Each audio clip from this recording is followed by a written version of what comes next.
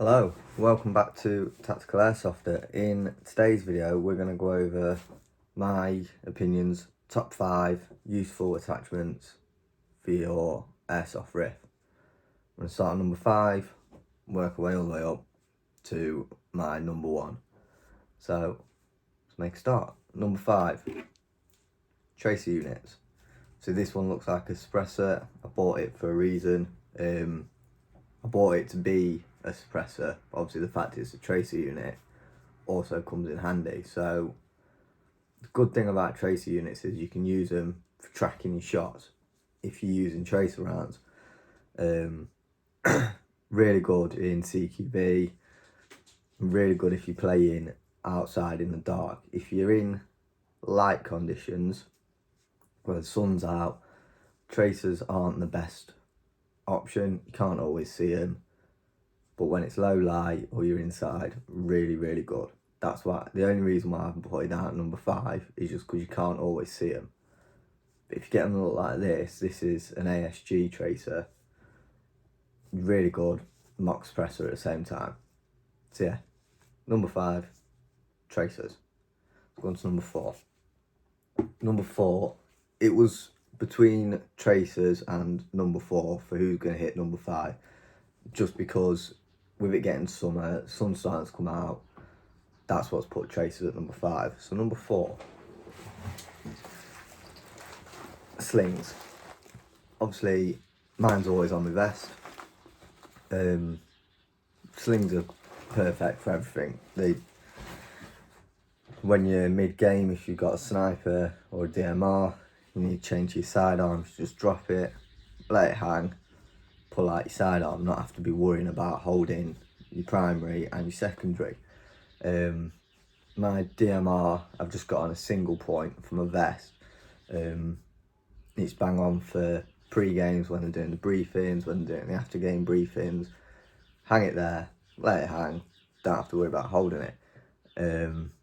Just takes a bit of weight off. See, a lot of people with support weapons, LMGs and stuff, they have slings because it's a heavy bit of kit. They can just let it hang. I'm not going to worry about carrying it.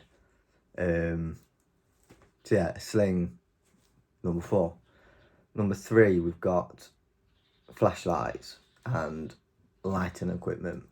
So I've got 2 different sorts. I've got a pack box, which is for my Kythera, just strapped on the side. And then on my MP7, I've got just a normal torch. Obviously pet box lights up for a light, and it also doubles up as that's torch and laser. So it does torch and laser, and also just laser. I think that was about 50 quid off Amazon.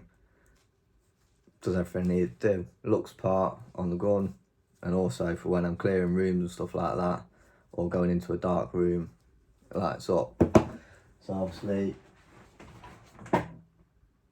so what I've got on the MP7 is just a normal flashlight.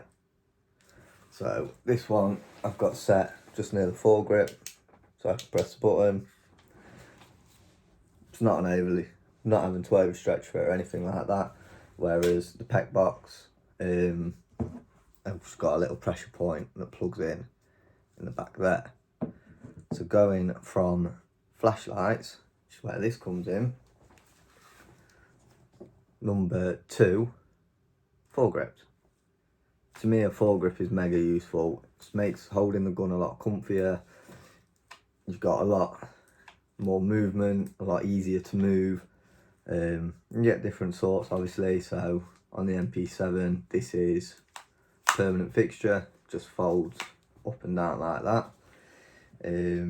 You can get just a normal foregrip. This is a stubby one that I used to run on the Kythera before I turned it into the Kythera. And then on the Kythera now, I run an angled foregrip. So I just think that's a little bit more comfortable with, obviously, with it being a DMR. I'm laid down, moving about, doesn't catch on as much, and it's a nice I can put the rifle down on a barricade, sit it like that, and it will just sit in there. Still hold it like a normal foregrip like that. You can take your C-grip, or you can just hold it where your hand's mainly there but still gripping base. I've got it mainly that because then I can still reach my pressure button for the pec box without having to go like that or have the pressure button mounted down here. I can have it mounted up there, out of the way, on that. So that is grips. Now on to my number one for attachments. It's most important for me, optics. So obviously on my DMR and the sniper, I've got magnified optics, so I can see the range, get everything like that. On everything else that I run, I normally will just put a red dot on it.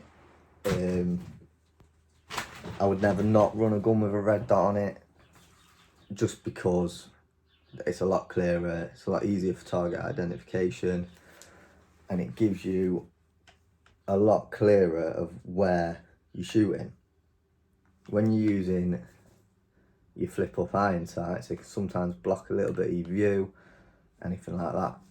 Whereas when you're aiming down the scope, the only thing that is blocking any sort of vision is your ring, the rear of the sights. So that section, everything else is nice and clear, so you can quickly be on one target, switch to the next, and switch to the next. This one of mine, it's not magnified, it's green and then red. So for whatever sort of environment you're in, you've got your two different colours. So yeah, that's about it really, for scopes anyway and optics. Like I say, I would always run some form of optic, just makes it easier for target identification and for pinpointing where your shots are going. You put your shots on the red dot, so your BBs are hitting the red dot. You know, as soon as you're up to the target, if you're as long as your dot is on that target, you're gonna hit. So yeah, that's it for my top 5 useful attachments. Obviously that's all my opinion. If anyone thinks I've missed anything or disagrees with anything, put it down in the comments below. Yeah, that's it. I might do a top 5 useless attachments. Not too sure yet, but maybe, so keep an eye out for that.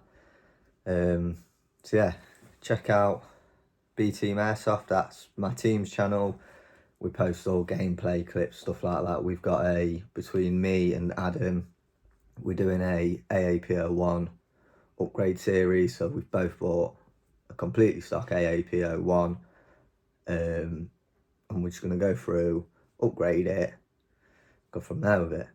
So yeah, check out TeamAirsoft, there'll be a link in the description below.